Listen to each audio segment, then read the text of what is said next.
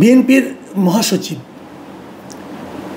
Mister Mirza Fakhrul Islam আলমগীরের একটা কথা নিয়ে আজ আমি আলোচনাটা করব। আমি বহুবার এই অনুষ্ঠানে আপনাদেরকে বলেছি যে বাংলাদেশের যে কজন রাজনীতিবিদকে আমার খুব পছন্দ হয়, যাদের কথাবার্তায় আমি এক ধরনের পরিমিতি বোধ দেখতে পাই, তাদের মধ্যে যদি তালিকা করি সেই তালিকার শীর্ষে মির্জা ফখরুল ইসলাম আলমগীর ছিলেন। আমি প্রথম হোঁচট খাই যখন উনি ডক্টর মোহাম্মদ ইউনূসের সঙ্গে জাতিসংঘে যে 6 জন রাজনৈতিক নেতা গেলেন তাদের মধ্যে উনিও যেতে রাজি হলেন। এটা দেখে আমি সবচেয়ে হতাশ হয়েছিলাম এবং অবাকও হয়েছিলাম। বিএনপি এখানে কেন যাবে, এটা ছিল আমার প্রশ্ন। এবং তারও চেয়ে বড় প্রশ্ন ছিল, যদি বিএনপি যেতেই হয় খোদ মহাসচিব মির্জা ফখরুল ইসলাম আলমগীরকে যেতে হবে কেন? যাই হোক, সেটা অন্য প্রসঙ্গ। ওই প্রসঙ্গের মধ্যে শেষ হয়ে গেছে। নানা আলোচনা হয়েছে, সমালোচনা হয়েছে। কেউ প্রশংসা করেছেন এমন আমি এখনও শুনিনি। সমালোচনায় আমি বেশি শুনেছি এবং খোদ বিএনপি অনেক নেতার সঙ্গে এই নিয়ে আমার কথা হয়েছে। খুব একটা হ্যাপি কাউকে আমি দেখিনি। তারপর উনি গিয়েছেন, নিশ্চয়ই নিজস্ব বিবেচনার উপর নির্ভর করে উনি গিয়েছেন, অথবা এমনও হতে পারে ওনার দলীয় প্রধান ওনাকে যেতে ইনস্ট্রাকশন দিয়েছেন, সেটাও হতে পারে। আমি জানি না আসলে কি ঘটেছে, কিন্তু সাধারণ একজন মানুষ হিসাবে, দেশের একজন নাগরিক হিসাবে আমার একটা পছন্দ হয়নি। এরপর আর কি ঘটলো যে নিয়ে আজকে আলোচনা করতে হবে, সেটা হলো যে ওখানে যাওয়ার পর ওনারা কী করেছেন না করেছেন সব খোঁজখবর নিতেও চাইনি, দরকারও মনে করি নাই। কিন্তু শনিবার দিন মানে 27 তারিখে, গতকালকে আমাদের সময়, গতকালকে তাদের সময় আরও একটু আগে, নিউ ইয়র্কে এনআরবি কানেক্ট ডে নামে একটা অনুষ্ঠান হয়েছে। যারা নাকি বিদেশে আছেন আর কি, নন রেসিডেন্স যারা আছেন, তাদের নিয়ে একটা অনুষ্ঠান হয়েছে। সেই অনুষ্ঠানে অনেকে বক্তব্য রেখেছেন। সেখানে প্রফেসর ইউনূস ছিলেন সেই অনুষ্ঠানের প্রধান অতিথি। উনি কথা বলেছেন। কেবলমাত্র রেজিস্টার্ড লোকরা ওখানে ঢুকতে পেরেছেন যতটুকু আমি জেনেছি। তার মধ্যে প্রফেসর ইউনূসের সঙ্গে বাংলাদেশ থেকে যে সমস্ত পলিটিশিয়ান গিয়েছেন তারাও সেখানে উপস্থিত ছিলেন। এবং সেখানে মির্জা ফখরুল ইসলাম আলমগীর কী বলেছেন সেই কথাটা নিয়ে আজকে আলোচনা। তিনি সেখানে বলেছেন যে অন্তর্বর্তীকালীন সরকারের যে উপদেষ্টা, প্রধান উপদেষ্টা ডক্টর মোহাম্মদ ইউনূস, তার বিভিন্ন উন্নয়নমূলক কার্যক্রমের উনি ওখানে ভূয়সী প্রশংসা করেছেন। প্রফেসর ইউনূস নানা ধরনের উন্নয়নমূলক কাজকর্ম করেছেন এবং সেগুলোর ব্যাপক প্রশংসা করেছেন মির্জা ফখরুল ইসলাম আলমগীর। আচ্ছা, ডক্টর ইউনূস গত 1 বছরে কী কী উন্নয়নমূলক কাজ করেছেন বলেন তো ভাই আপনি একটু। আমি একটু স্মরণ করার চেষ্টা করলাম উনি কী কী উন্নয়নমূলক কাজ করেছেন। উনি খুব গুরুত্বপূর্ণ কাজ কী করেছেন? গুরুত্বপূর্ণ কাজের মধ্যে হতে পারে যে ওনার গ্রামীণের জন্য আগাম কিছু কর অব্যাহতি নিয়েছেন। তারপরে গ্রামীণের জন্য উনি একটা ইউনিভার্সিটি নিয়েছেন, মেডিকেল কলেজ নিয়েছেন নাকি, এগুলি আরও করেছেন। গ্রামীণের জন্য আদম ব্যবসার লাইসেন্স নিয়েছেন। ওনার মামলাগুলিকে প্রত্যাহার করে নিয়েছেন।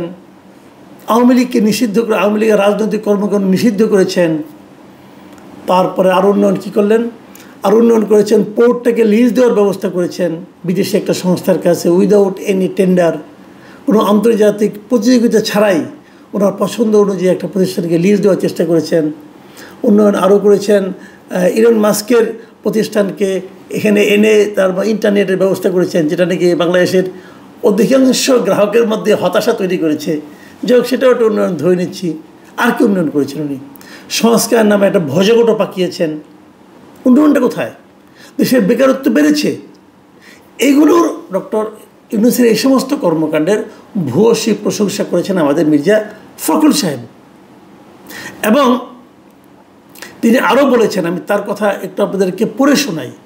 তিনি বলেছেন, গণতান্ত্রিক, সমৃদ্ধ এবং দুর্নীতিমুক্ত দেশ গঠন করার যে স্বপ্ন ছিল শহীদ প্রেসিডেন্ট জিয়াউর রহমানের, তার সমস্ত কথাগুলো প্রফেসর ইউনূসের কথায় বের হয়ে আসছিল, এটা উনি বলেছেন।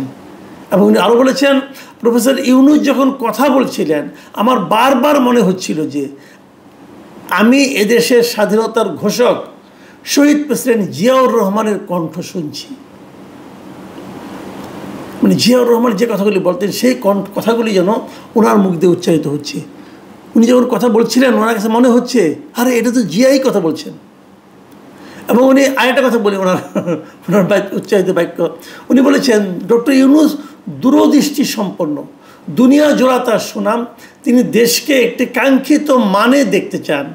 এটি শহীদ প্রেসিডেন্ট জিয়াউর রহমানেরও চাওয়া ছিল। আমি ডক্টর ইউনূসের মাঝে আমাদের দলের প্রতিষ্ঠাতা শহীদ প্রেসিডেন্ট জিয়াউর রহমানের প্রতিচ্ছবি দেখতে পাই। মানে শহীদ প্রেসিডেন্ট জিয়াউর রহমানের প্রতিচ্ছবি উনি ডক্টর ইউনূসের মধ্যে দেখতে পাচ্ছেন। আর সমস্যাটা কি? তাহলে নির্বাচনের দরকার কি? বিএনপির তখন উচিত হবে ডক্টর ইউনূসকে প্রধানমন্ত্রী করার জন্য আন্দোলন করা, অথবা তারা যে সামনে নির্বাচনটা করবেন সেই নির্বাচনে ডক্টর ইউনূসই তো বিএনপির প্রধানমন্ত্রী ক্যান্ডিডেট হতে পারেন।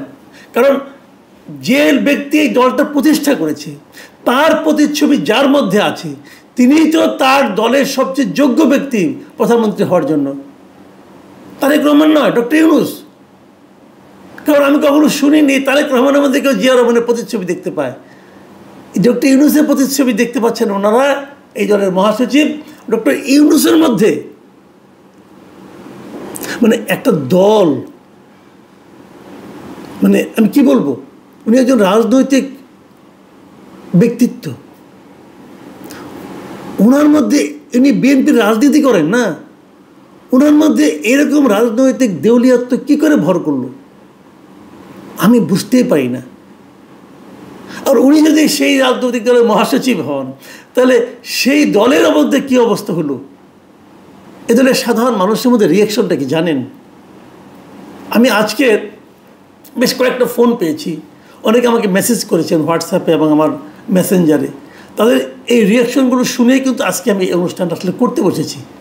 আমি এটা দেখার পর সকালে আমি এটা নিয়ে একটা আমার যে চ্যানেল আছে এই কথা চ্যানেলে, এই চ্যানেলে আমি একটা মানে জরিপ দিয়েছিলাম যে এই কথাটাতে মানুষ কি মনে করে। মানে মিস্টার ফখরুল ইসলাম আলমগীর এই যে কথাটা বললেন, এটা কি তার জিয়ার প্রতি ভালোবাসার প্রকাশ ঘটালেন, নাকি উনি ইউনূসের প্রতি ভালোবাসার প্রকাশ ঘটালেন, নাকি উনি ওনার নিজের দেউলিয়াত্বটা প্রকাশ করলেন? ৭৮% লোক বলেছে এই বক্তব্যের মাধ্যমে মির্জা ফখরুল ইসলাম আলমগীর নিজের রাজনৈতিক দেউলিয়াত্ব প্রকাশ করলেন। ৭৮%। মির্জা ফখরুল দেউলিয়া হয়ে যাচ্ছেন দলকে নিয়ে নাকি একা একা? দেখুন এখানে প্রচুর কমেন্ট পড়েছে, এবং যে সমস্ত কমেন্ট আমি এখানে দেখেছি তার সঙ্গে যদি আমাকে যারা বিভিন্ন সময় ফোন করেছেন তাদের যে কমেন্টগুলো, আমি সব মিলিয়ে কিছু কমন কমেন্ট আপনাদেরকে আমি জানাতে চাই। যেমন কেউ লিখেছেন, দেখেন, ক্ষমতার লোভ মানুষকে কোথায় পৌঁছে দেয় তার প্রমাণ এই বক্তব্য, এটি দেউলিয়াত্বের বহিঃপ্রকাশ ছাড়া কিছু নয়। আবার লিখেছেন, তাহলে নির্বাচনের দরকার নাই, ইউনূসই থাকুক। আরেকজন লিখেছেন, দালালি বা চামচামের একটা লেভেল থাকে, ফখরুল সাহেব কোন লেভেলে পৌঁছেছেন, আমি সত্যিই খুব মর্মাহত। আরেকটা মন্তব্য, মির্জা ফখরুলের এই কথায় তৃণমূল বিএনপিতে হতাশার ছাপ পড়েছে এবং জিয়াউর রহমানকে ছোট করা হয়েছে বলে আমি মনে করি। আরেকজন লিখেছেন, মির্জা ফখরুলের এই বক্তব্যের মাধ্যমে তিনি মহাসচিবের পদের মর্যাদা হারিয়েছেন। আরেকজন লিখেছেন যে মির্জা ফখরুল ইসলাম আলমগীর সাহেবকে আমি একজন জেন্টেলম্যান লোক ভাবতাম, কিন্তু ওনার মুখ থেকে এইসব কথা শুনে মনে হয় বয়স বাড়ার সাথে সাথে ওনার সেন্সলেস হয়ে যাচ্ছেন। যাই হোক, এই যে কথাগুলি হয়েছে, আরেকজন লিখেছেন যে ইউনূসের হাত ধরা ছাড়া তো উপায় নেই, তার জন্য ফখরুল সাহেব আবার একটু তেল মারলেন। মূল কথা হলো তাদের নির্বাচন দরকার, যার জন্য নিজের অবস্থান যে কতটা নিচে নামাচ্ছে তা হয় ফখরুল সাহেব টের পাচ্ছেন না, পরে বুঝবে ইউনূস কি জিনিস। যাই হোক, আর সমালোচনা করে লাভ নাই, আমি কেবল আরেকটা বক্তব্য বলে শেষ করছি। আমাকে একজন লোক লন্ডন থেকে আমাকে ফোন করেছিলেন। এই ভদ্রলোক মাঝে মাঝে আমাকে বিভিন্ন ইস্যুতে ফোন টোন করেন, তার নিজস্ব মতামত বলেন। উনি ওনার পিতার রেফারেন্স দিয়ে বললেন যে ওনার বাড়ি নওগাঁ। উনি বলেছেন যে একবার এরকম একটা ঘটনা ঘটেছিল, মানে 80-র দশকের কথা, 80-র দশকের একটু আগে, 78, 79 এরকম টাইমের ঘটনা, যে জিয়াউর রহমান তখন একটা খাল কাটার আন্দোলন করছিলেন। নওগাঁর আত্রাই থানার কালিকাপুর গ্রামের পাশ দিয়ে একটা খাল গেছে। সেই খালটা খননের জন্য জিয়াউর রহমান সশরীরে সেখানে গিয়েছিলেন। খাল কাটার কাজ শেষে দুপুরবেলা খাওয়ার আয়োজন করা হয়েছিল নওগাঁ ডিসি সাহেবের তত্ত্বাবধানে। ব্যাপক আয়োজন খাওয়া দাওয়ার। এটা দেখে জিয়াউর রহমান জিজ্ঞাসা করেছিলেন, এই যে ব্যাপক আয়োজন, এটা আসলে টাকাটা কোত্থেকে আসলো? ততক্ষণে কিন্তু জিয়াউর রহমান সাহেবের হাতটা ধুয়ে খেতে বসবেন এই অবস্থায় ডিসি সাহেব বললেন, এটা সরকারি তহবিল থেকে টাকাটা দেওয়া হয়েছে। জিয়াউর রহমান আর সেই খাবারটা খাননি। উনি কেবল বলেছিলেন যে সরকারি ফান্ডের এভাবে অপচয় করবেন না। এটা হলো জিয়াউর রহমান। জিয়াউর রহমানের যারা প্রচণ্ড সমালোচক তারাও কিন্তু বলবেন জিয়াউর রহমানের সততা এই পর্যায়েই ছিল। আর তার সঙ্গে আপনি তুলনা করছেন সেই ব্যক্তির, যে ব্যক্তি 104 জনের বিশাল বহন নিয়ে যাদের সঙ্গে সাধারণ পরিষদে গিয়েছেন। এদের পেছনে কী পরিমাণ বিপুল ব্যয়, এই ব্যয় কোত্থেকে আসছে? সরকারি ফান্ড থেকে আসছে। জিয়াউর রহমান যেতেন, মির্জা ফখরুল, আপনি জিয়াউর রহমানের সঙ্গে মন্ত্রিসভায় হয়তোবা ছিলেন না, আমি জানি না, আমার মনে নেই। একটু খোঁজ দিয়ে দেখেন না পুরনো নথি ঘেটে। জিয়াউর রহমান যখন জাতিসংঘ সাধারণ পরিষদে যে কেউবার গিয়েছেন, কতজনের বহন নিয়ে গিয়েছিলেন? এবং জিয়ার সেই গমনগুলো কি বর্তমানে চেয়ে কম আলোচিত, কম ফলপ্রসূ হয়েছিল? আপনি কার সঙ্গে কার তুলনা করছেন? এইসব প্রবীণ রাজনীতিবিদের শুভবুদ্ধির উদয় হোক, এটুকু কামনা করা ছাড়া তো আমাদের আর কিছু করার নেই।